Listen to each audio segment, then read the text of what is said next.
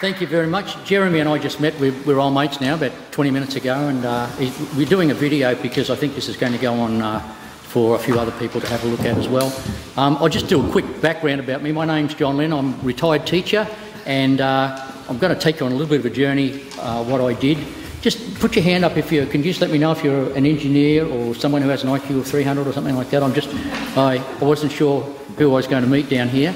So that's our home. That's where we live. And I took that photo a couple of weeks ago when I was walking back with the dog. I go for a walk. We got 700 metres from our home down to the front gate, and I thought, well, that's a good picture. It was taken with my phone, so it's not fantastic, but we'll probably use it on the books that the publishers at the moment. So that's probably what it'll look like, and then there'll be all these nice things that people say about me put on the back cover. So that's pretty much what's going to happen.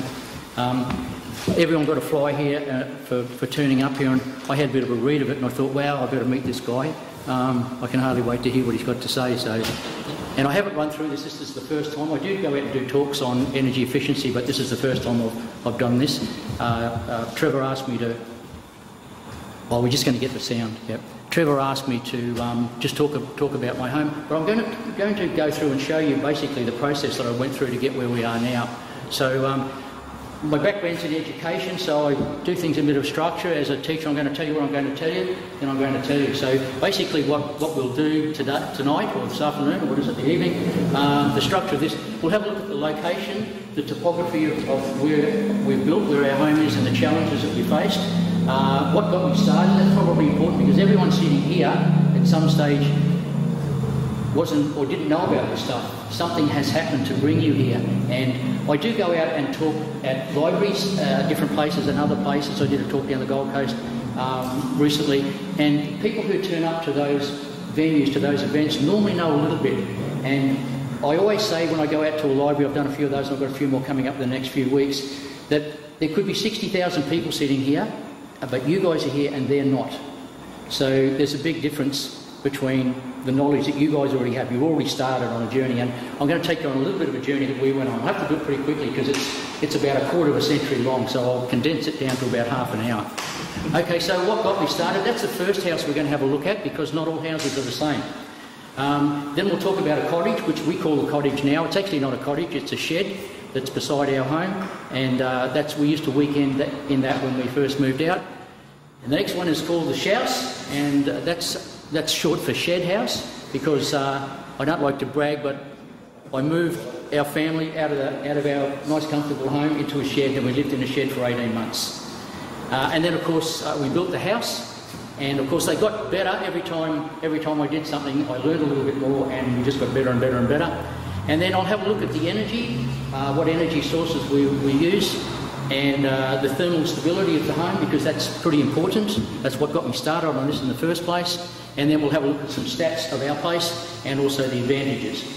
So, I'm just going to personalise this a little bit, and the first thing I'm going to do is I'm going to show you the animals and the people that are up there. So I'm just going to take a couple of minutes so you can see, hey, this is where we live, this is some of the animals, and this is some of the people. So when we go through the structure of the presentation, I'll just highlight the animals and the people, and hopefully a little bit of time for a bit of recap. And that's the order that we're going to go through in. So at the end of the talk, hopefully we'll have covered all those topics.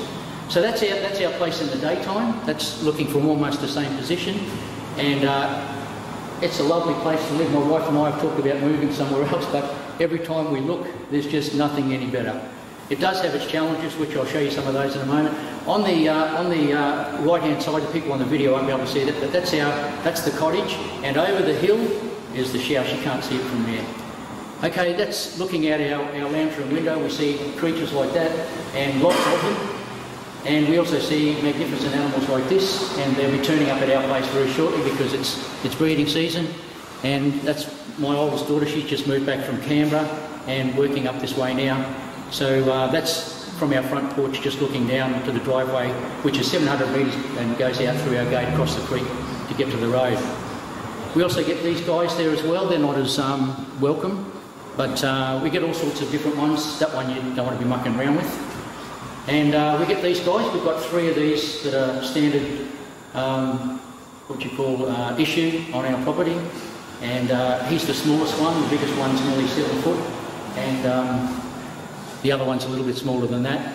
So he goes shopping probably once a week, and he ends up on the front veranda. So he's not as friendly as he probably could be, and I like it that way. So we don't leave doors open. I take a few photos. That's I had a whole heap of photos, but there was half an hour of photos of the animals up there. So we get these guys that grow up, and then they become part of the flock. You just don't know which ones they are. They just gel in because a property handles so many wallabies, so many birds, so many this, so many that. That's just the way the system works. We also get these guys, scrub turkeys.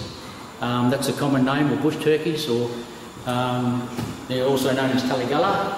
So, and I have heard they're very good eating. I've never eaten one, but I have heard if you put them in a pot, cut one up and put it in a pot, and put a stone in the pot, when the fork goes in, that's where I'm getting some support from them there. And they're good to eat. Suck on the stone. They suck on the stone. We also get these guys there as well, which lets us know that our the environment's in reasonable sort of shape. And these guys are pretty common around at our place. That's one I was doing a job and he was giving me a hard time, so I put him in an ice cream container. But he's got to check and make sure everything's going according to plan. So they're pretty nosy sort of creatures.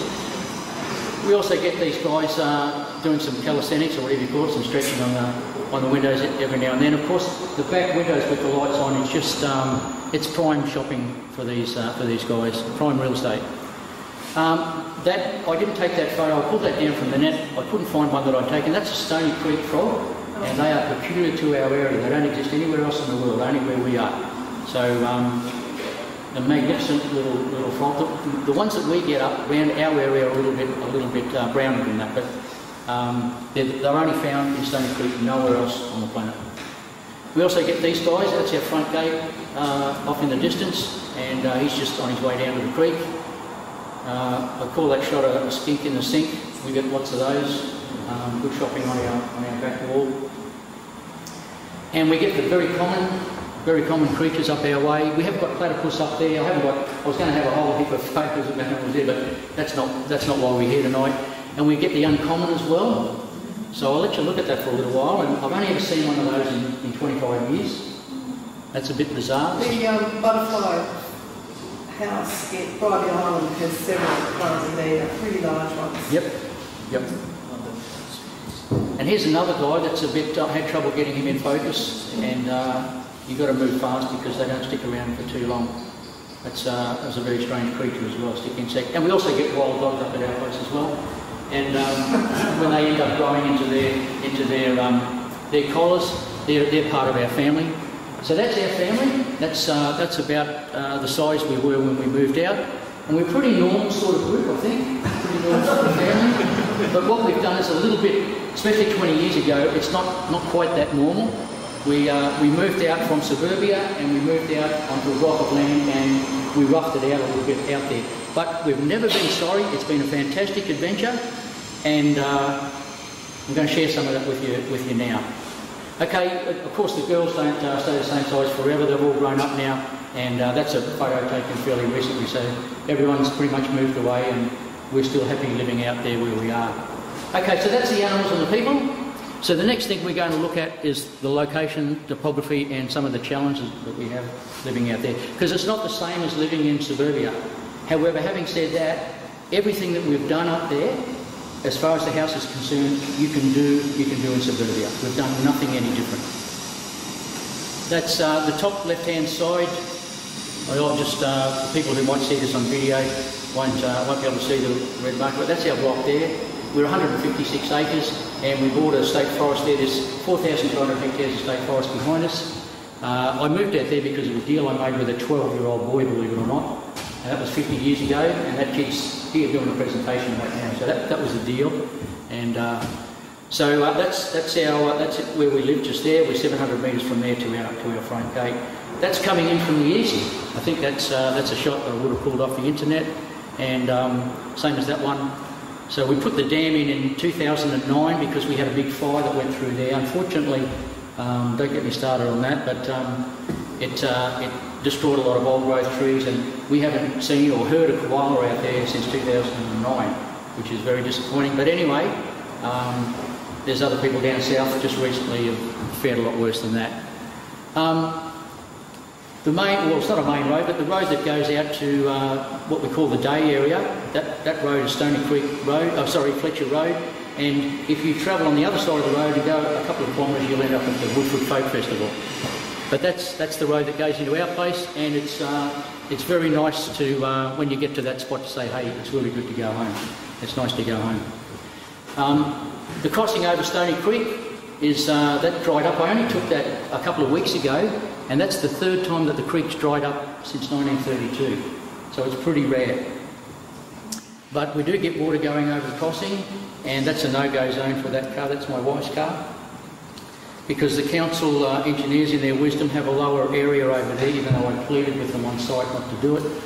So we get reined in even when it's safe to go over on the crossing. But anyway, got the engineers in here? No. Any council engineers? No. So what I want you to do is, just for the next photo, for the reference point, you see that post there? I'll show you where that is. For the people who might be listening to this or watching this on video, there's a post to the right of the car. That's a power pole. So it disappears. That's our crossing there, and that's not uncommon. We have been flooded in for the most 17 days. It's a bit of an adventure. We normally know a little bit in advance. The first time, last Thursday, one of my kids who's still at home, she was rained out, so she had to go someone's place, and there were phone calls going back. So if I look a little bit second-hand today, it's because I've been getting phone calls going back, making sure we know where everybody is. And my wife got home from work today.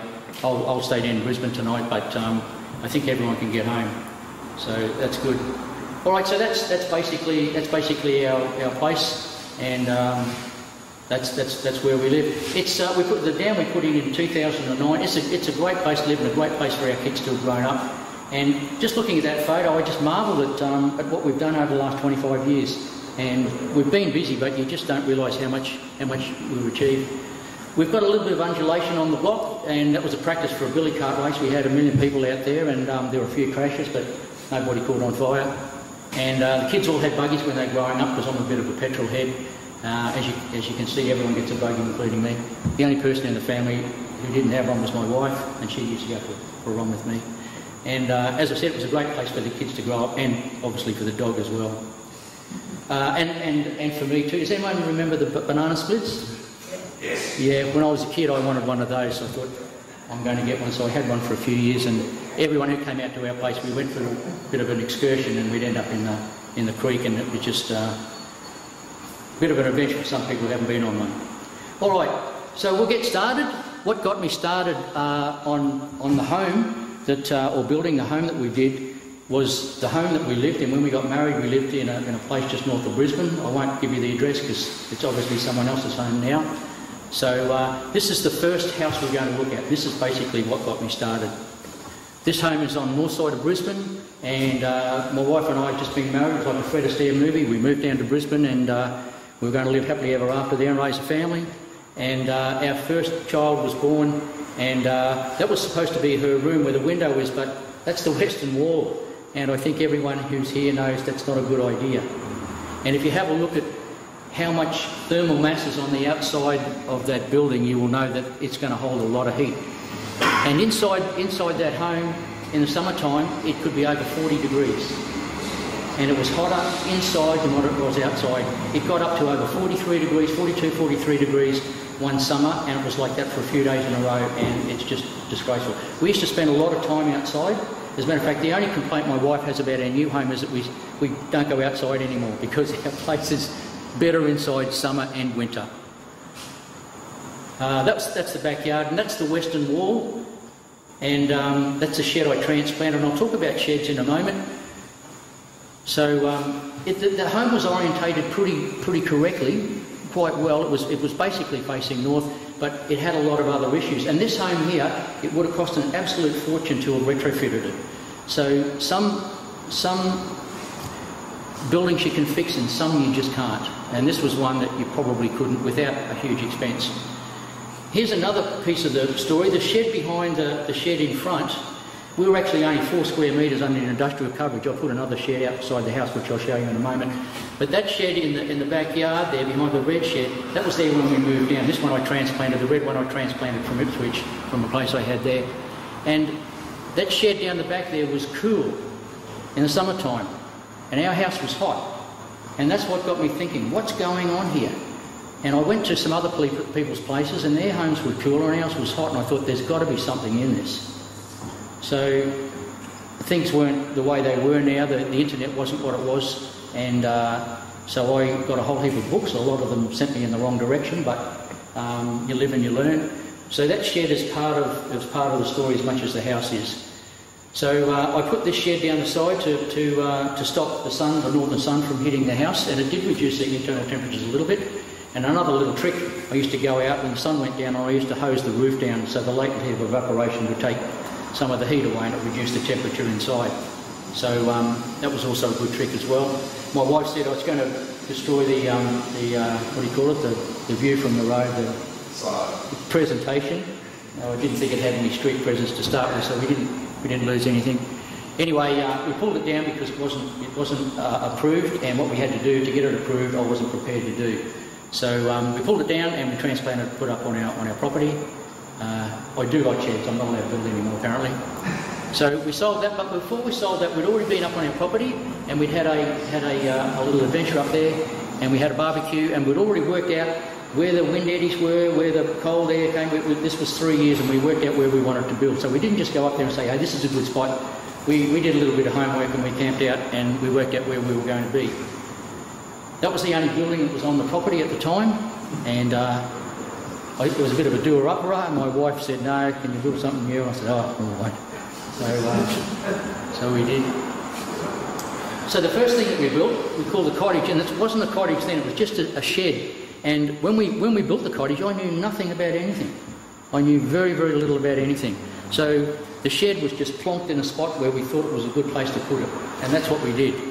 So that's an area, obviously a drone's eye view of our place, and that place there, for the people on the video, to the right of the home, that's what we call the cottage. It was just a shed to start with, and we used to weekend in it when we came up on the weekends. Also, my eldest daughter we knew we were going to move out to Woodford, and I wanted her to grow up with her friends, because I was a RAF kid and we lived in every house in Australia, so I thought I'd like my kids to have a bit of stability. So that's what we did.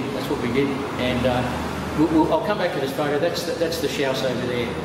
All right, so we're going to talk about this building here, cottage. That's the finished product there. It's a lot greener now. This is all green up again, and the grass is very long at the moment because it's just been very, very wet, as you know. So what we did was we levelled out the area we need to level out, and behind me is where we put the cottage, and we constructed it and put it up. That's a fellow called Laurie Johnson. He did 7 plans for our home, and I'd ring him up every couple of weeks and say, Laurie, got to make another change, mate. Because every time I learned something, I thought, we've got to put this in. So that's our little cottage up on the property, and in the winter time, it was same temperature inside there as it was outside. And in the summertime, it was a lot hotter. And we had a jam session in it, because that's what you got to do. And we put some solar panels on. These were old solar panels that, because none of it, like 25 years ago, there weren't too many people with solar panels on their roofs. They just weren't that popular. And these were batteries that I'd got from golf cart batteries that couldn't quite make it back from the 18th hole. And well, it wasn't a bad life. It was pretty good. This was inside the place. I put some boards around it. We had a couple of red belly blacks got in there, and they used to hide behind the boards there, and I pulled a couple out by hand. I don't recommend it, but when you've got kids there, you've got to do things you don't necessarily want to do. And we didn't have any cupboards or anything like that, so everything was just hung up on the floor. But it was good to weekend there, and we've got some fond memories of it. So where the car's parked, that's where the house is going to go, but not for a little bit longer yet. So that's what the cottage looks like at the moment. And just talking to Jeremy, and we were talking about some of the building materials. I'm glad I put this in now. I thought, oh, maybe I shouldn't say this, but I'm glad I'm putting this in, because what we did was, I call this housifying the shed. We basically turned it into a little house and turned it into a more livable area. It's not a livable area, but we've made it a little bit more livable. So I got some stud framing made up, and this is, well, it's not insulation because it doesn't have an R rating, but it's air gap material, and I would highly recommend it. I've used it and I've recommended it. I shouldn't use the word recommend, I use the word suggest. I've suggested that people consider putting it on their homes. It is fantastic stuff. We've got a shed on the western side of our home, and you can't put your hand on the outside of the shed, but on the inside with this stuff you can. A baby could put their hand on it. What exactly is it, John? What brand is, what do you call it? I got asked that, and because I've done a whole heap of different jobs, there are different makes and models, and I can't remember what that one, but there are different models on the net. We can chase them up and have a look a bit later. I do know where you can get some from. I got some from a place in Caboolture, so I've still got a bit left over for a couple of other projects, but I highly recommend it.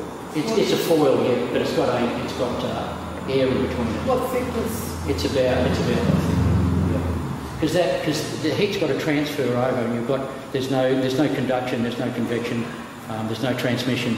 So the heat is basically isolated. At the end of this, I'm happy to answer as many questions as you want to ask. So we put bats in. I didn't put them in the roof because I don't think that's a great idea. If you get any moisture up there, it's certainly not a good idea. But we did put it in the walls. We also put it in the walls inside because it's very good for absorbing sound.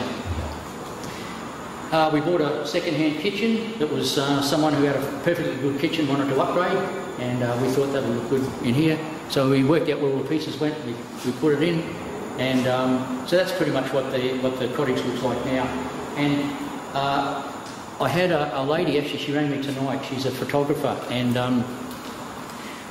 she was out taking photographs at our place, and we walked into that shed. It was a hot day. It was up in the high 30s, and the shed was the cottage was open, and we walked in and we sat down around the table to do a couple of things. And she said, "Boy, it's nice in here." So that I'd be happy to live in a shed like that. I would build one of those. And they're a lot less expensive to build than some houses, and thermally they are fantastic because the ground temperature of the is 23 degrees. We're very fortunate here. So if you've got a slab on ground and you've got the ambient temperatures inside are going to, if you separate it from the outside temperatures, they're going to limit to 23 degrees. And when it's winter, 23 degrees is nice, and when it's summer, 23 degrees is nice. So that's what our house does, and that's what the shed does. You just got that. In the ceiling. We've got it through the whole shed. Got through the whole shed, yeah. You've got to isolate the outside from the inside. So basically it's encompass the whole thing. Yep, absolutely. So that's a building with very low external thermal mass. It's just steel. It'll heat up quickly, but it doesn't hold any heat, which means in the night time it's not hot inside. It won't raise the temperature inside. It just doesn't hold the heat. All right, so that's the cottage, and so the next building that we built was the house, and this time was a bit of a wake-up to how things work. Even though I'm not sorry that we built what we call our cottage, and we could retrofit that. The other house that got me started, I don't think there would be enough money to retrofit and make that a better place. It was just, it would have been too difficult. But a steel shed, strange as it may seem, is a lot easier to retrofit to make it more comfortable inside. So our shed house, that's on the top left-hand side of the picture there. It's that little square bit towards the left. We've actually added on the southern side here. We've added that was our bathroom that we added because we lived there for 18 months, and that's an extension that we put on a little bit later. So that's where we put it. Behind us is the cottage, and over there is the shed. We had a 25-year plan, and we're nearly up to the 25-year plan, but we're probably only 18 years into it because there's always other things going on. But I think we're sort of almost on target. So we put a container over there to store all our bits and pieces, and beside the container we put a block shed up. Lots and lots of thermal mass, exactly the opposite to the steel shed. And when the concrete was poured, I had to go down to Melbourne for a couple of days, and I pegged it all out. It was 11 degrees and 48 minutes east of magnetic north, which is basically what we need to be there. And in my absence, the fellow who did the pour, the builder, decided, this would look a bit nicer if it ran parallel with the bank. So he changed the orientation. And you know, you don't get a second chance to make a first impression, and you don't get a second chance to lay a couple of, I don't know how many tonnes of concrete went down, but it'd be hard to turn that round now. So another thing that was a bit of a pain too, this is what I'm bringing this up because you can't trust builders, and the guys who you think should know all this stuff, I've met so many of them who just don't have a clue, I'm not knocking them, but you'd reckon they'd know a bit more than they do. So this fellow was a builder, he'd been a builder for 25 years, I handed him over the job, I would never do that again, I'd always be on site. So you learn as you go along. Another thing that happened, you can see the overhang here, that's on the eastern side, and it had the same overhang on the western side. You can see there's no overhang here on the northern side. So that was on the plan, as you can see. It's on the plan, but it was too difficult for him to manufacture the roof trussing that way. So he said, you wanted an overhang? So he put it on the east and the west. I think everyone sitting here knows it does make a scrap of difference. As a matter of fact, it's been a pain in the backside because we now get snakes up there and the wind blows the ends. It's caused me a lot of grief. So you can see quite clearly, I don't know why he can't read a plan. I mean, that's pretty obvious there. I still got a bit of a twinge about it when I talk about it. I just cannot believe that happened. So that's basically what we were chasing, and that's not what happened. So if you're thinking of building, or you've got, I was talking to someone here earlier who've got kids who are going to build, what can I say? Know a bit more than your builder. Sometimes it's not that hard. They have to be compliant with the NATAs now to be a 6-star if it's a standalone home, and they just outsource that. So what have we got to do to make this happen? So I was just saying to Jeremy, if you're going to build a house, I say before you go and see a builder, I use the saying on a site that I use where I put some of the programs that I run. I say you don't put your shoes and socks on. It's just a saying. You put your socks on first and then your shoes. If you do it the other way around, you don't end up with a good result. You put your socks on and your shoes on first and the sock. The result's not the same. You've got to do things in the right order. So I suggest to people, go and get your NATAs approved plans. Get your block of land that you know is going to cater for what you need to do, and then you go shopping for a builder who can do the building for you at the price you can afford. If you do it the other way around, you may have the same dramas we've got. You might end up with something that looks like that, and that's really difficult to fix. Getting on with the story, that's on the southern side. So that's where we put our bathroom, and I got some old, and they certainly are old now, solar panels. They were very, very rare, but Telstra had them, and so I got 800 watts, and they were very second-hand at the time. They certainly are very second-hand now, because that was a very long time ago. They could be 150 years, no, I'm just joking, but they would be very, very old. I've got panels up there that are very, very old that I use now. The ones we had on the cottage, they were pretty old when I got those, because now I've got 11k of panels sitting in the shed, and they're all fairly recent ones for a project that I've got to do, and they're so readily available now, but 25 years ago they certainly weren't. Okay, so that's on the southern side. That was the frame that I built to put the panels on, and that's basically how it turned out. And if you have a look on the to the right for the people on the video, and to the east there, I put those coverings in to sort of make up for what wasn't done on the plans. Very disappointing. So maybe Trevor will get to see this. Trevor Birrell. I was a student in his classroom about over 20 years ago now, and I spoke to him on the phone a few times, but I haven't seen him for 20 plus years. But he will notice some of those guys there, because they were also students down at Ithaca TAFE as well. And of course, in those days, someone who was doing something like this, it was unheard of. So a few of the guys came out, and we just had the bare necessities there, just food, clothing and shelter, and a industrial electrical test bench. That's all we had at the time, pretty much. And so they came out for the experience, and there's some of the guys there who probably went into business and running businesses now for doing solar installations. I don't even want to talk about those batteries. I learned a lot about those batteries. They were old and ancient when I bought them, but there's I get a twinge every time I talk about it. But that's what we put on the shed. There should have been a lot more kilowatt hours of storage, but there just wasn't. We'll just keep moving. But we had a 400 watt pure sine wave inverter. That was just pure luxury, absolute luxury. And we had a little bit more horsepower even with those older batteries than we had at the cottage. So we pretty much lived like kings. And when the kids were watching a video in the old days and the fridge would turn on, then the video and the TV would turn off.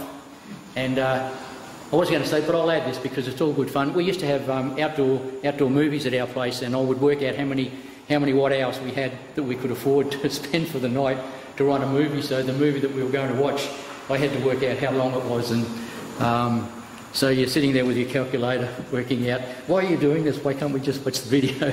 Well, it's no good. You get to the end and then everything, 10 minutes before the end, the whole thing closes down. So you have to know that stuff. Thank goodness there are abacuses that we can use. So that's what the building turned out like. On the northern side there, you can see we've got. I had to do some retrofitting, and then out the as we went on a little bit further, we put the extension on out the front, and those doors don't actually go anywhere. And I had a friend of mine turn up there, and he laughed. He laughed for about 10 minutes. He couldn't believe that I would put doors there like that. He said, "But they don't go anywhere, John." I said they don't have to. They do something else. So they're on the northern side, and I'm sure you can work out what they do. And that's I can't even remember now. I should know what that would be close to the winter solstice. So it's not perfect. We're still getting sun on the windows, but it's not shining through the windows. So and it's actually pretty good inside because there's a lot of blocks there, and we get some nice cool breezes that fall down from the hill. There's as I said, 4,200 hectares behind us, and there's a hill that's 350 metres high. And in the summertime, we get some beautiful breezes that come down. It's like air conditioning. It's fantastic.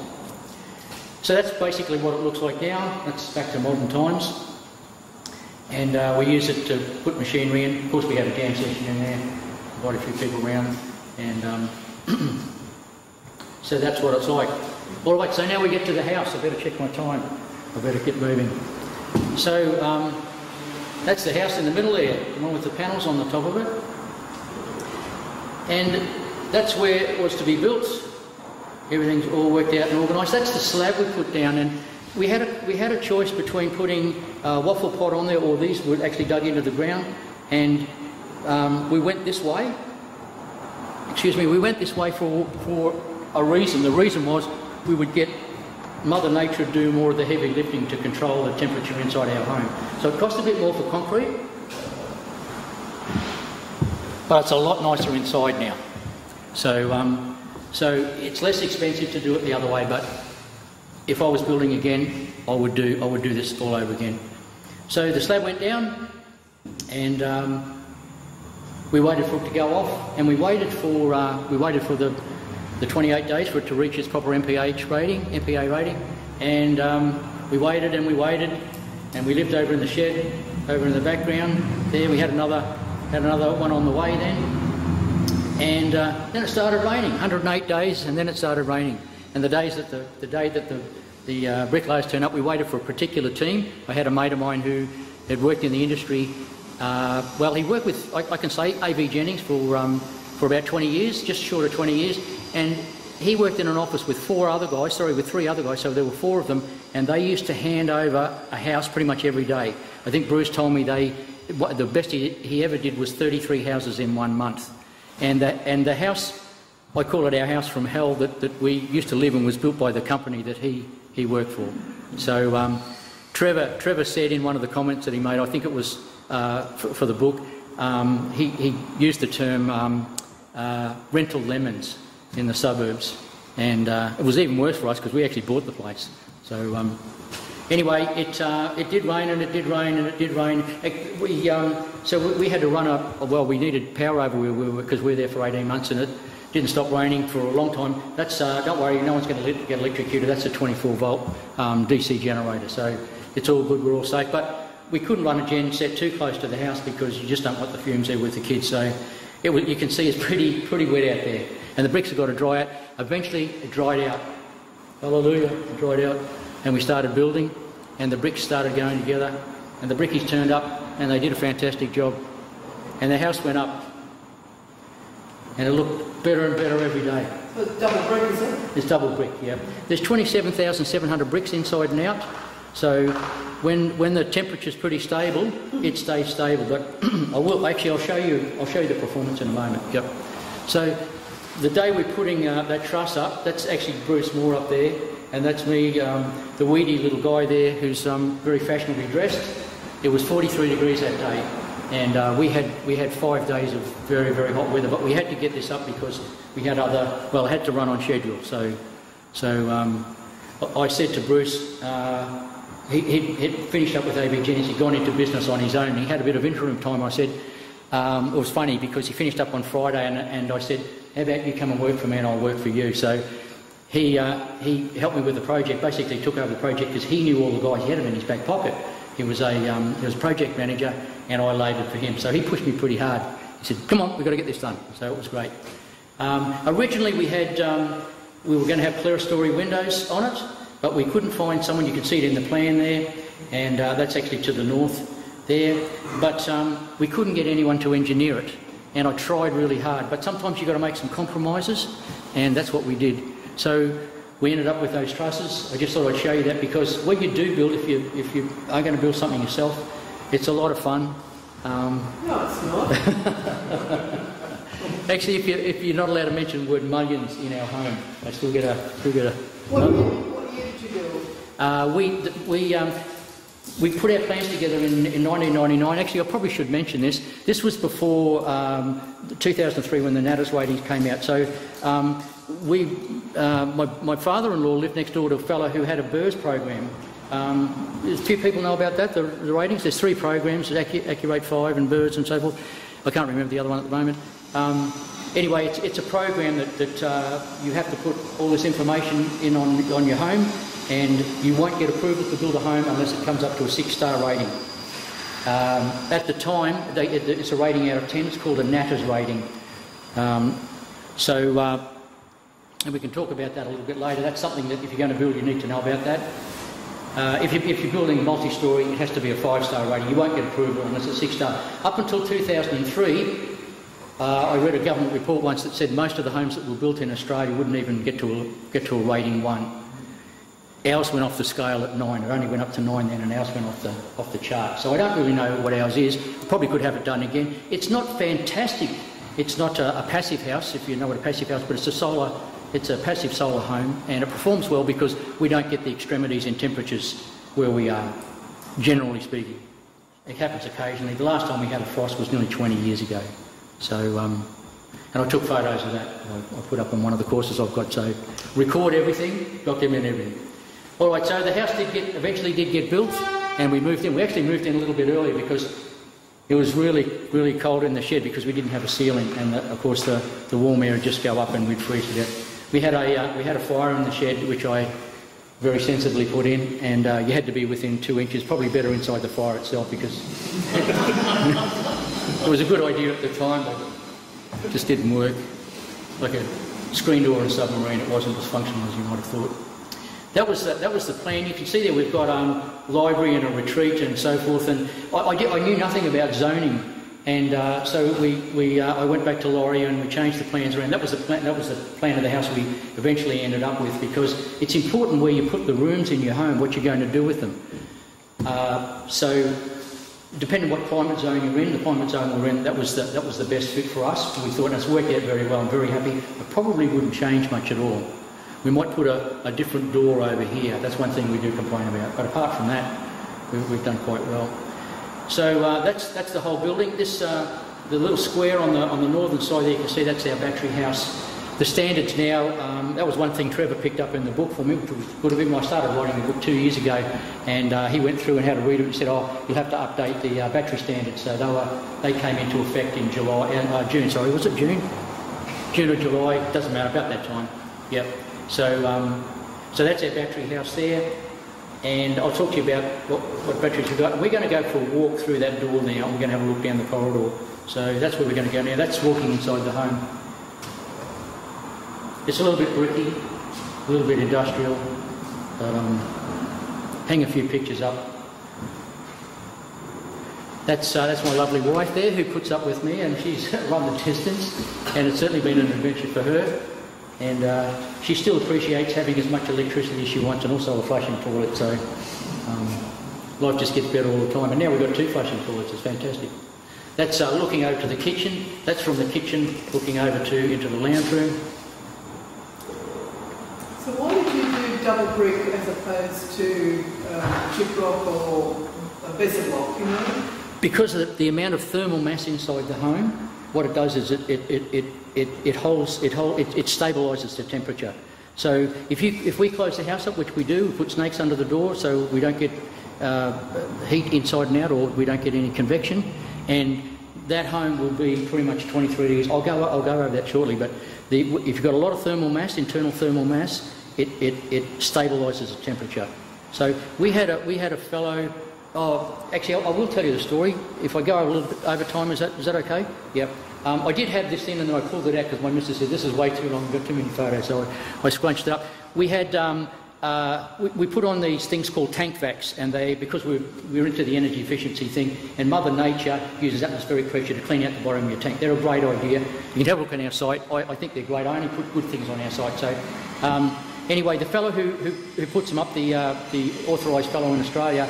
I asked him if he'd come out, and I gave him a hand to put them in, which of course took him twice as long. And when we'd finished putting in the tank vacs in, it was easy for us to walk through our garage out to the front to get to his ute. And when we walked through the house, he said, "Oh, you're air conditioned in here." And I said, "Oh no, it's just the design of the house." He said, "No, you've got to be running an air conditioner," because it was about 37 degrees outside. It was 23 degrees inside. He said, "No, that's not right." So we went for a bit of a walk around the house. He said, "I can't believe this." So we had a bit of a chat, and he said, "And you worked all that out?" I said, "No." I said, "The Greeks knew all about this. I didn't. I've just learned this. This is not of my doing. I've just found out about this, and I've put it in the house." And he was a bit fascinated with it because a lot more. I think it was close to 40 through the day, but when I took the photo, it was 37.5 degrees, but it was 23 degrees inside our home. And it's 23 degrees inside our home when it's 37 degrees outside because we've got so much thermal mass inside. It's advantageous when you have stable temperatures, but if you have a heat wave, I'll show you that in a moment, because there's pros and cons for everything. So we'll run through the house, and then we'll go and do the... Are your internal walls single brick or double? Single brick. Single brick, yep. Even that one there, we needed an engineer's report on that one. We had to do some certain things to it.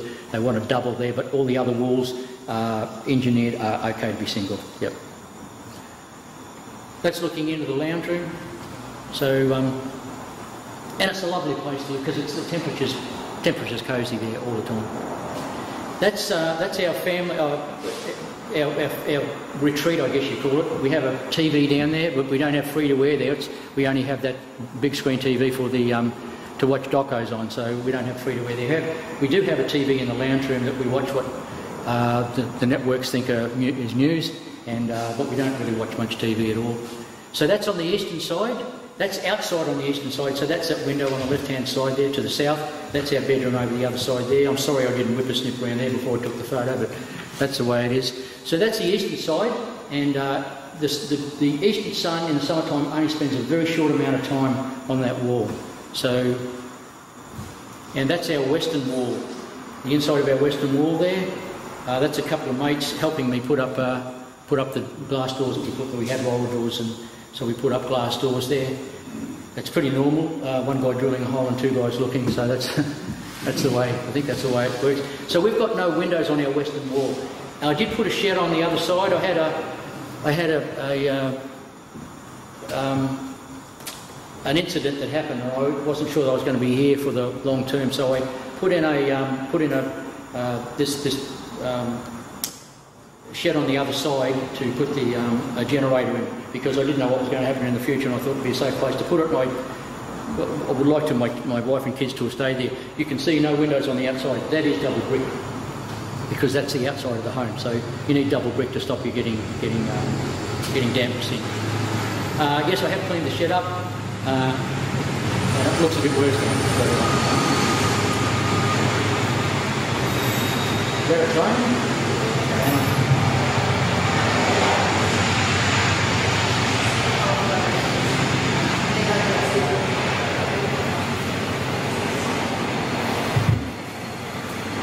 This little camera here that's lost to a mate of mine, and he said that it'll pick up very, very sensitive, so it'll probably pick up and open my roots.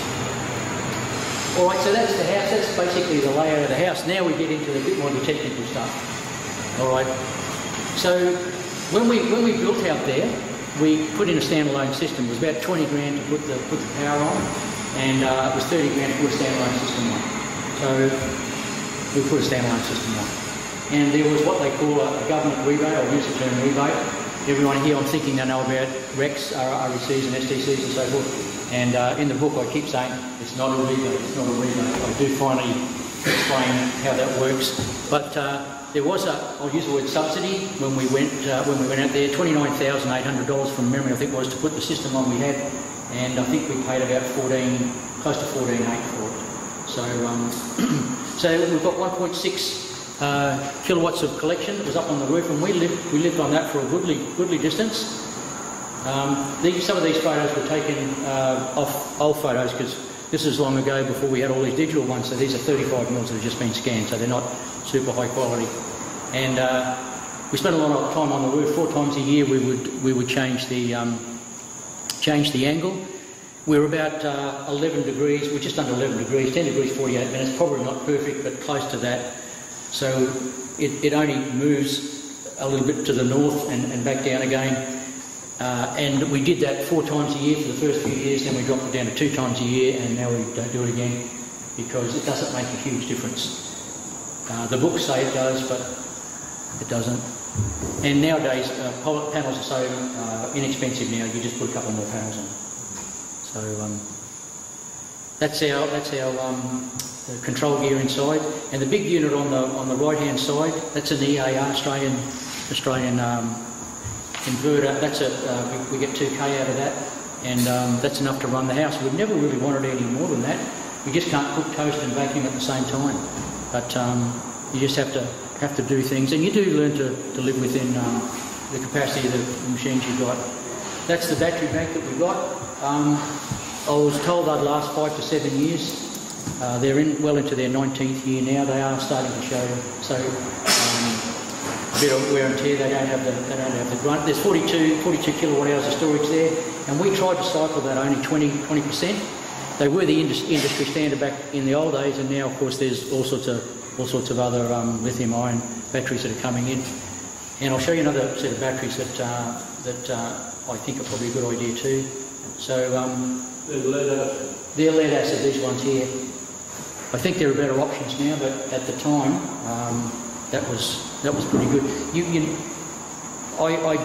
I'm sort of saying a bit more than what I was going to say, but I will say this: when we put our system on, our kilowatt hour was about 12.5 cents, and Mr. Beattie said price of electricity won't go up, I guarantee it, and it went up to 14 cents soon after that, and now it's 28.8. That's on our what we pay in our area. So, but we paid about half price for our batteries because of what's called the subsidy, and we've got more than twice as much out of it. And even if these batteries last and they get to the end of their 20th year, it will still cost us more than 35 cents a kilowatt hour to have used those batteries.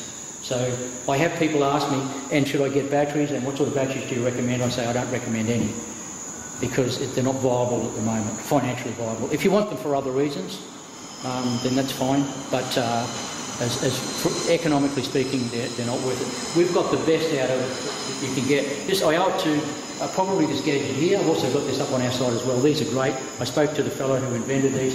He's an Italian fellow, lives in Australia, lives in Brisbane here actually, and they are great, and they just break up the sulfation in the bottom of lead acid batteries. You can put them in motor cars, you can put them in all sorts of anything. They also cater for other batteries as well, not just lead acid as well. Some batteries they don't do, just check on the specs to see. But I think they're great, I recommend them, and I've got a couple of them, and I put them on some of the machines we've got at home. That's the other batteries that I was just going to touch on. There were 6 of us who I know a few people. One of my friends, his partner's a freight forwarder. Then I've got another mate who's his wife's Chinese. So we worked all this out that we brought, 6 of us brought in batteries to that extent. They're nickel-ion batteries, nickel ferrous batteries, and they may last 30 to 50 years.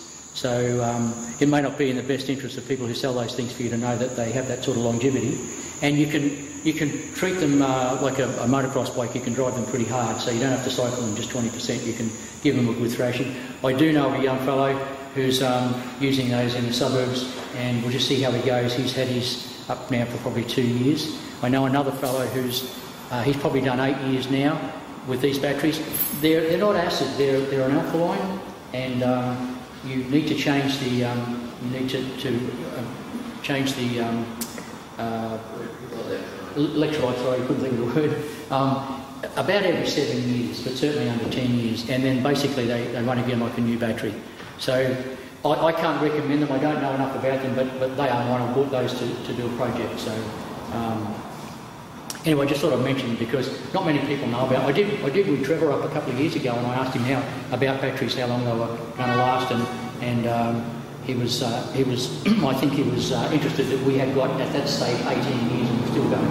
So he hadn't heard of anyone else. I have actually heard of another guy. I haven't met him, but I heard of another guy in Perth who's got 18 years out of his battery. So we've done a little bit better than that. So where do we get our energy from? Well, we've got solar, hot water, and we do have a fire inside. We don't really need it, but in the winter time it's great when the kids were young just to get dried in front of the fire after you had a bath. It's just great. Sit in front of the fire and read a book. I think there's something good about a fire. So and of course we've got our solar as well, and we also have gas. So when you have a look and you see how many kilowatt hours we pull out of the net. Off the grid, sorry. Really, is that what you do? We've got other expenses there. We get energy from other places. So what we did was we matched what we thought was the best match for the energy that we were going to use, expense-wise and also efficiency-wise. So not everybody does that. I know a couple of guys who are very, very efficiency-orientated and they boil a jug all the time, and that's okay because we make compromises as well. My wife vacuums through the day, and we're on the high tariff. We could be putting it in, but we do quite well anyway. So some things you'll compromise, some things you won't. That's on the property. We put the power on 2012, and there's a good reason for that. Some people would know that the high tariffs ended, I think it was October 2012. So we had that organised then. That's our unit control unit from inside. So that's its first day on the job, and that's what our backyard looked like then. That's a tank. So I've been asked because I have got these on other photos. So why you got a tank in the middle of the backyard? And that's to do with water. That's another interesting story as well. So we've got poly tanks down the other end. So when we talk about things like calcium carbonate and pH and all that sort of business. Yep. Okay, so that's basically what our home looked like for a good while, and the two systems sat side by side. This one here runs 2 sheds. It runs our house and also another shed, the one I transplanted, and this one does our home and also the cottage. So they're 2 separate systems. And I think everyone here knows if you're on the high tariffs, you're not allowed to have energy sources from anywhere else. So that's not permitted. So they're separate. One thing I will add, if you're going to go on a standalone system, this was in the book. You've got to have one of these. This is a charger, and for the people who are maybe listening to this, right in the corner there, that's a 48-volt charger. I would never buy another one of those. I would not recommend them. And what I would say is if you haven't got enough energy in to get your batteries up to float, then run a small generator to run your home. Don't go charging your batteries because there are just so many losses.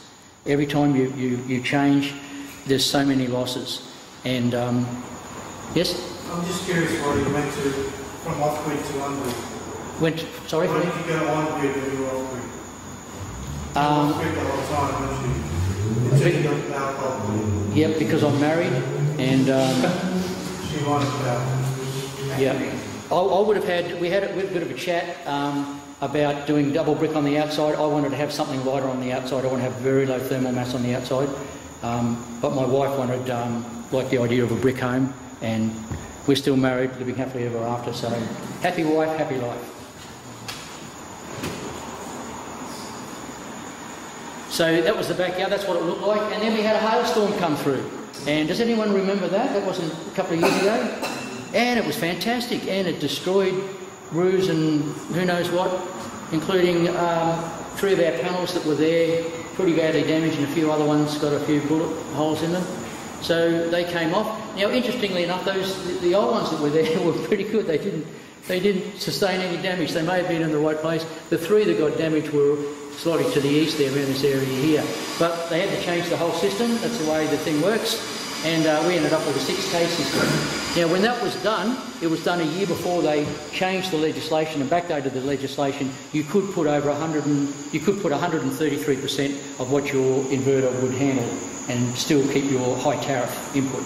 So we were well and truly inside that. I did hear of other people who upgraded and put a few more panels on, and then when the legislation was backdated, or what they call agreement, we didn't agree to anything. We just get told what's going to happen, and so there were a few people who were involved in that, and they lost their high input tariff. So those things happen. Is your building insurance cover the damage to the panel? Yeah, interesting. I could sit down and have a beer with you and tell you about that. There was about $83,000 worth of damage done to our place. Yep. So we had 3 people came out and they picked the lowest quote, and then they didn't finish one shed because they said I could outsource that somewhere else. And they had a budget of, I think, about $600. Yep. I won't say who the insurance company is because I want to stay where I am and I don't need any more dramas at the moment. So, but insurance companies. With the 6K on, you can see we've got 5K coming in a little bit more regularly. Interestingly enough, I'll just tell you a story. A fella called, a mate of mine lives over the road from my mum's place, and his name's Nick White. I don't think he mind me mentioning his name. He's got a 4.8 kilowatts of collection. He's got on a tracker. He built a tracker, and I was down at his place one day, and I was bragging that we got in 32 kilowatt hours. And on that same day, he got 42.5 kilowatt hours on that day.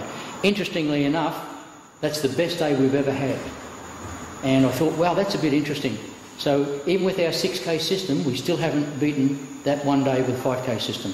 I have no idea why, but I'm sure there's other guys out there. I haven't chased anyone up, but I'm sure people who keep data on this, if they went back to that day and we found out it might have been more people may have found the same thing, that they got more in that day. Interestingly enough, when I was chasing Trevor, I was at Nick's place and I said, I'm chasing a fellow who's in the game. And he said, who are you chasing? And I said, Trevor Birrell. And he said, Trev? I said, what? He said, I'm going bushwalking with him tomorrow. So it's a small world, isn't it? It's a small world. Okay, so I took that photo there because that's when we hit 60,000 kilowatt hours. I say it that way because it sounds a lot. 60,000 watt hours. That's how much we put in. We're on our way to 70 now. That was a while ago. And I waited around. I went back just waiting for it to come up so I could take the photo. As soon as it hit 60, I took the photo. So, all right. So that's the energy that we've got. That's what we use. And as I said, we try and match our energy needs to our energy supply to our energy, or our source to our energy needs.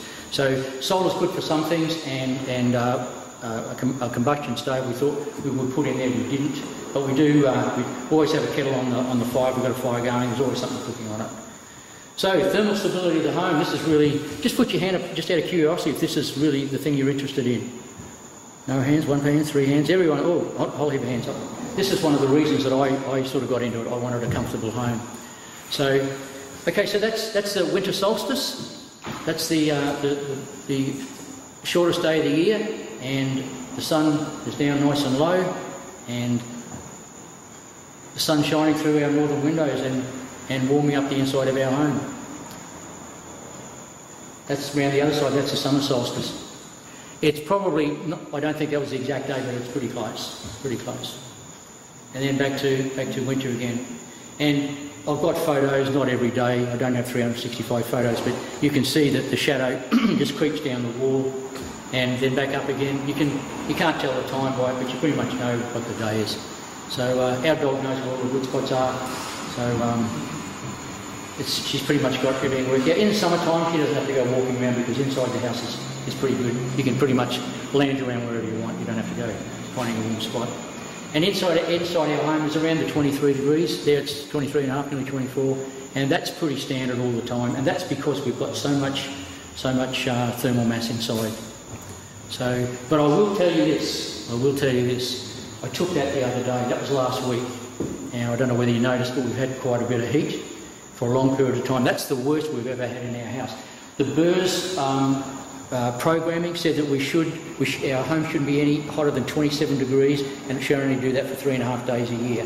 But as you can see, the computer modelling is not always perfect, and we did get up to 31 degrees, very high humidity. So, and the sad part about that is if you have a home like ours with a lot of thermal mass, it takes a long time for the internal temperature to change. So it's slow to heat up, and it's slow to cool down. So it's on its way back now. That's the worst we've ever seen it. Imagine what it would have been like if the house wasn't orientated correctly, or we'd had a tiled roof. It just would have been terrible inside the home. Absolutely. This is down in our shed. We homeschooled our kids for a while. My wife and I are both teachers. We work in support. Both got postgrads and special ed. She's still in the game. I'm retired now. So we're good at simplifying things. That's what we've been doing for the last nearly 40 years. So the shed, this is where we're putting the glass doors on. It's quite comfortable down there. The temperatures are very, very stable down there. That's probably the most stable part of the house because it's got the most amount of bricks down there. And it's nice inside too as well. So when it's hot or cold outside, it's pretty nice inside. Okay, so some statistics and some advantages of having the home that we've got. Here's our stats. That's our last bill, and so that's from October to January. We're just at the end of February, so that's the latest one that we've got. 92 days, and this is how much we paid them. Not a lot, and that's been going on since 2012, and that'll go on till 2028, and then we'll rethink what we're going to do after that. So that's what they paid us this time. Just under $1,200. I was just saying about Nick. He rarely gets under $1,200, and we've never got over $1,200. So is that a quarter? That's a quarter, yeah. We don't get that every quarter. It averages out a little over $4,000 a year. So I say we get $4,000. I always understate. So if averaged out over the year, we're averaging better than $4,000 a year. Yep. So I will say this, I did a talk the other day and I said, so over just from 2012 to 2028, we're going to have put in 60 grand's worth of electricity. We're actually going to put in more than that, probably close to 66. So we're 60 grand better off than most people. And during that time, we're not going to pull any, we're not going to pay a bill, so that's going to save us another 30. So we're about 90 grand better off than the average bloke in the street. It's actually closer to 100, about 96 grand if you take the figures that we've got so far. What's your feed-in tariff?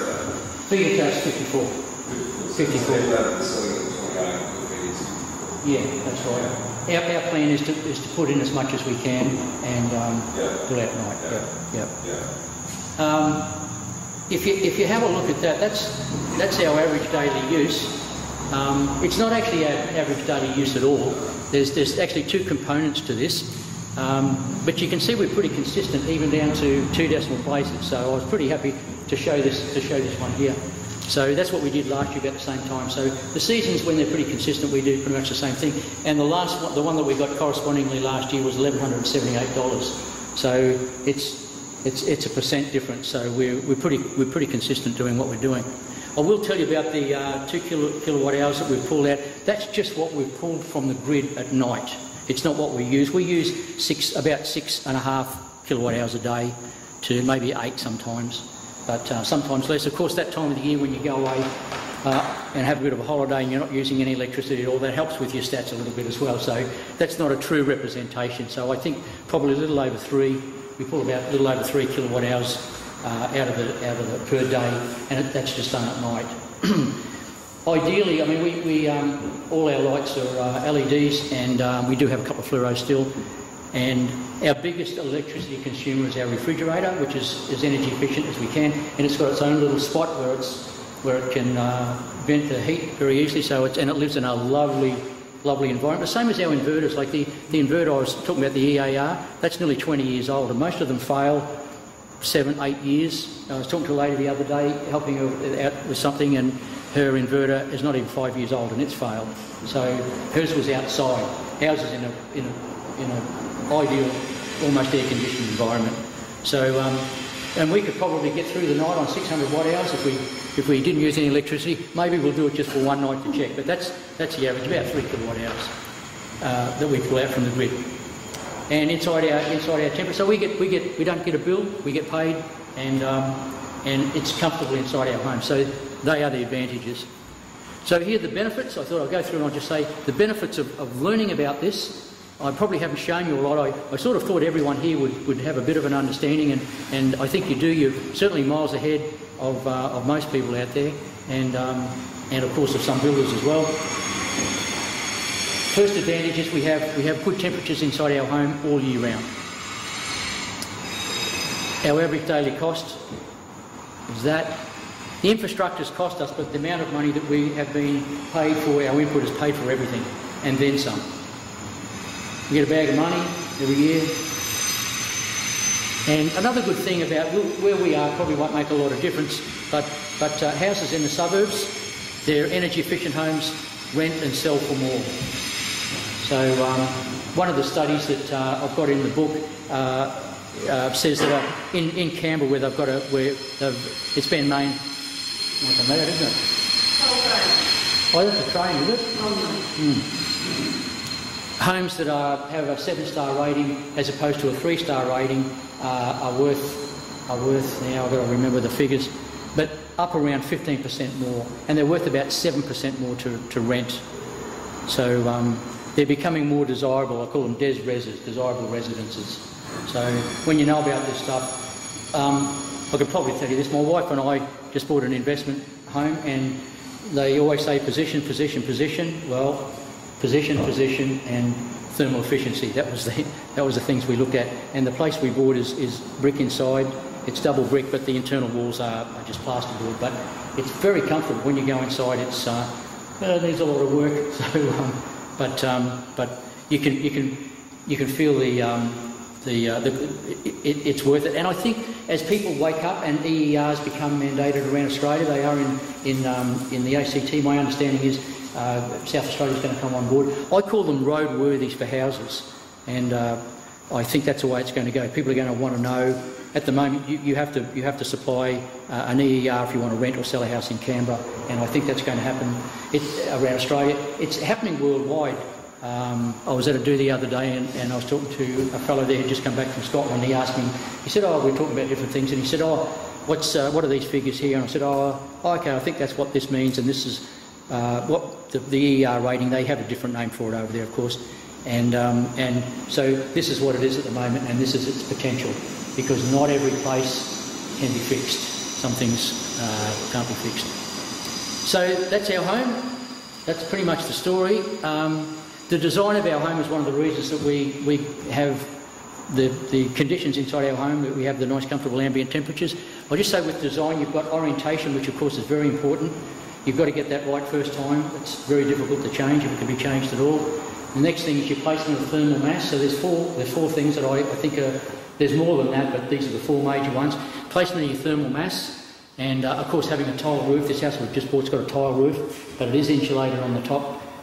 So that's very good, but it would be better if it didn't have that. So there's pros and cons. Of course, the next thing is the glazing, the type of windows you have, where they're placed, and the size of them, and then insulation. So that's all part of your design. So those four aspects are important. Then inside the home, the appliances you put in, the energy efficient appliances you put in, and if you've got a car that gets 100 miles to the gallon, well, that's an efficient gadget to have, but then you also got to drive it properly as well, and I refer to that as your habits. So the habits that you use are going to make a big difference. If you're going to leave your iron running while you go shopping or on the internet, it's probably not an efficient thing to do. So that's pretty much my story in a nutshell. that's about it. John, thank you very much. You want to talk in front of here, in front of the camera? You don't talk in front of the camera, no? I was recently speaking to a friend of mine in Victoria, and they had a really bad hailstone damage down there, you know, cricket-ball size. She had 2 skylights in her very old home, and you can imagine she had to move out of the house. The whole street had to move out, and so if you're considering having skylights in, make sure that they are hail-proof, if there is such a thing. Huge water damage. The ceiling in her living room just finished. So, any questions for John before we have supper? Yeah, what was the problem with your louvers for the skylight? Why was that so difficult? We couldn't find an engineer who would sign off on it. So we had the plans that were drawn up. The fellow who I showed you before, Laurie, had drawn the plans up, but then it has to be engineered. So we can go out and get that built, but it needs to be engineered to be approved. So they were going to be over the sloping roof over the kitchen and dining room. So basically, look what it was in found. And what's the roof structure there? Steel or timber? Yeah, no, it's steel. Everything's steel. But it's not trusses there, obviously. What we put up was what you saw, but we couldn't get to put the clerestory windows in. We couldn't find an engineer who would sign off on it. So we couldn't get someone to engineer. I got a fellow down. I can't think of the place, but just north of Petrie, that industrial area through there, who would. Well, he did the trusses, but he said no, he wouldn't do it. He wouldn't make them clerestory. So Sumner Park. No, it wasn't Sumner Park. But someone at Sumner Park would do it, would they? I don't know. Or just setting with something. Yeah, I'll find them. Very strange. What floor coverings did you have where you had the dog sitting in the sun? That's carpet, and because my wife wants carpet, so we put carpet there. I would probably tile the whole place because when you carpet a room, you actually insulate it. Yeah. But the difficulty with tiles, though, is it's a bit hard to walk on. We put down tiles for that same reason. Yep. And we do have a skylight. Yep. And it works beautifully. Yep. But my wife complains that it's a bit hard to walk on. Yeah, yeah.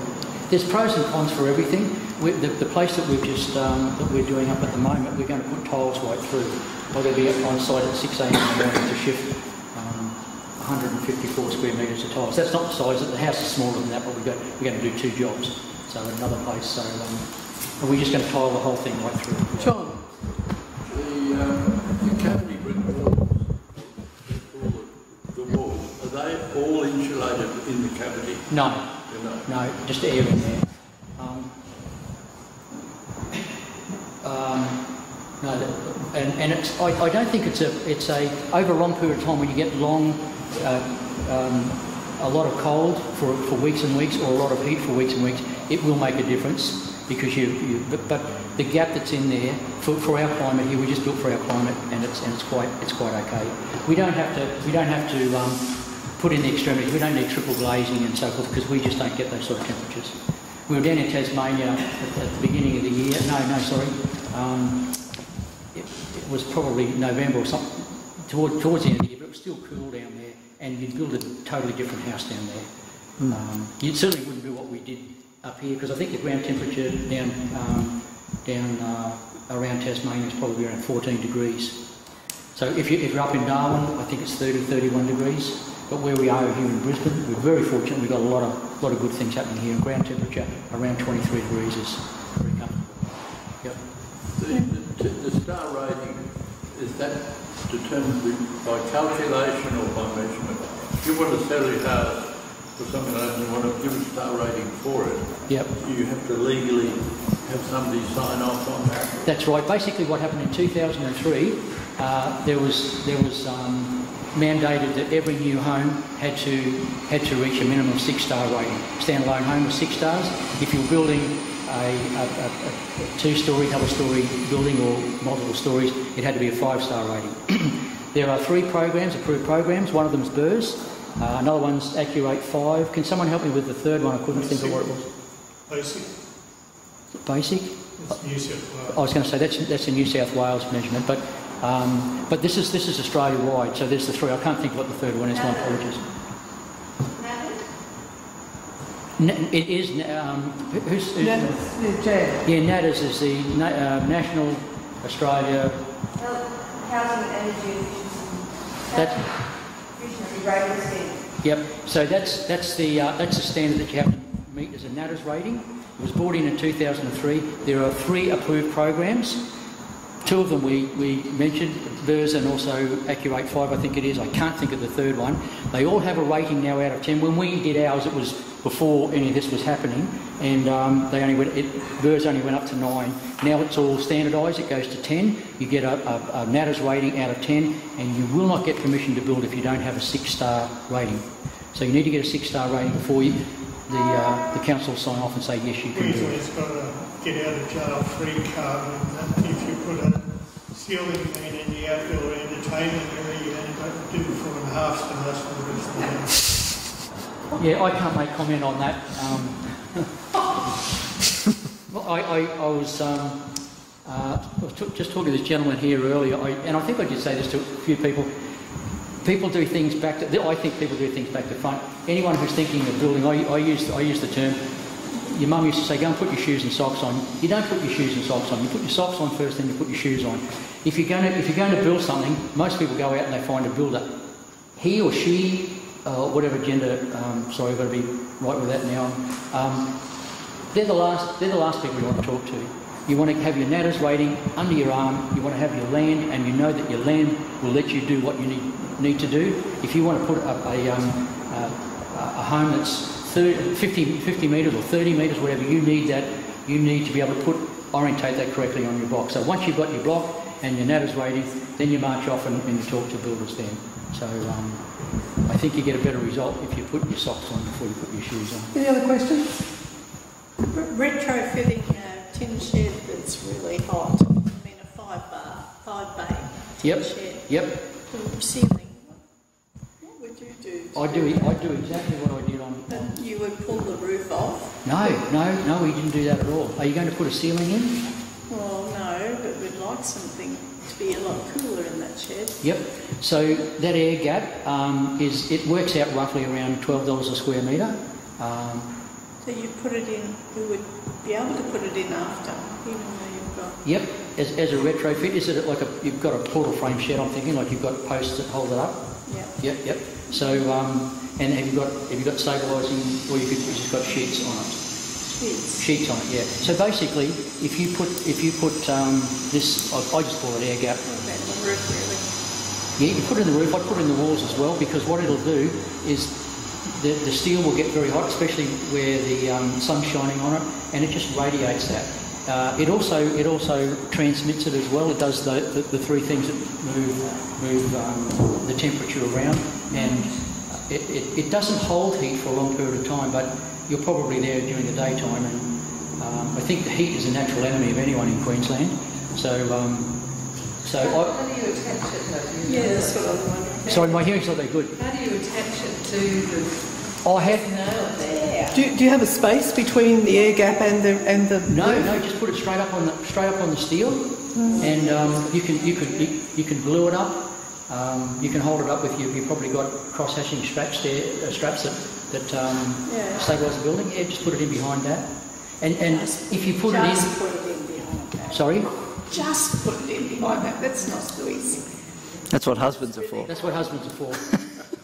It's achievable, and if you really want to reduce the temperature inside, you've got to stop the heat transfer, because that's just radiating. That's what it's doing. You've got to stop the radiating, and it doesn't. That stuff doesn't have an R rating. That is, it doesn't have an insulating rating, but it's very, very effective. I would use it. I built a steel shed and live in a steel shed, and I could make a steel shed. Now I know I've already done it, and actually I've done a couple, and we did a job in Vanuatu. We've got one down on a beach in Milo that was built doing exactly the same thing. So I've had a bit of experience with it. I'm not a builder. My background's in education, but I've been involved. We put that inside the house after we built, but We didn't do that in the shed. Yeah.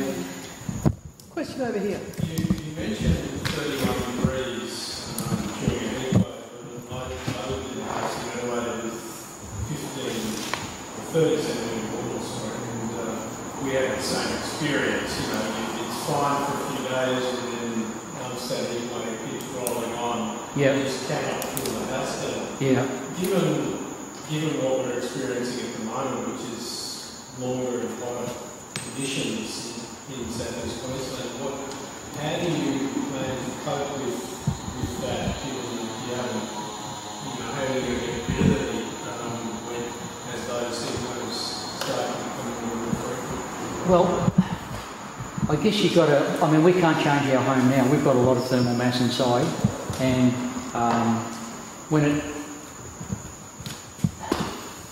I guess we've just got to deal with it. We do have an air conditioner in our bedroom. It doesn't work because we haven't used it enough, and it's gummed up. I've got a mate who's in the territory at the moment. He said he'll have a look at it when he comes back, because it's probably going to be used, I don't know, maybe 20 times at the most. And the good thing about sealing the house up, and yes, you can run an air conditioner there and cool it down, and it'll hold it's a lot more efficient. So your air conditioner's not going to have to work as hard. So that's on our side. But that's right, you've got to balance out how much thermal mass do you actually put in your house. So if you're living up in the tropics, I wouldn't build a house like that if I was lived up in Cairns. I would not build that house in Cairns. So I think it's a very suitable house for what we've got here. I probably would have less thermal mass on the outside because I see that as advantageous. But my wife wanted a brick home, and it all works well. There'd be a difference. I don't know what the figures would be, but it would be better. If I was building that house again, it's a great home. I'd make a few changes, but probably not a lot. Probably not a lot. I think we did a pretty good job for the area that we are. And we've had hot summers before. They'll cool down. They'll get hot again, and we might get some bad ones. This last one was pretty bad, so you just got to deal with it. So. One last question. Sorry, I just got a comment. What about to answer this question about using trees? Shading for trees, but you've got no trees around your house. If you had shading in, say, the north, east and west walls, You put trees are shaded and reduce your heating up. That would be opposite effect in winter. Well, if you just get deciduous trees. That's right. If you get, we're just trying to think. Is it deciduous trees? Yeah. Okay. So what happens is in the winter time, they have leaves, and in the summertime they fall off in autumn, and then you get the full exposure. There was a lady who lived down the end of our street. They built their home so it ran parallel with the road, and it's very, very inefficient. They got a tile roof, bad all the way down. Anyway, she sort of knows what I do now, and she said, "Oh, we've got a bush out the back, deciduous, yep." And I said, she said it just stops the sun from coming in. I said, "Oh, did you plant it there?" She said, "No, it just grew up." I said, "Well, the universe is looking after it. It's doing exactly what she needs. The western sun blocks the western sun. We don't have to worry about that. I put that shed that's just there. Yeah, that's sort of our deciduous tree. So, and in the summertime, we get more of a westerly. The sun goes down more to the west, and we get probably less than 10 minutes of a waning sun on our southern wall. So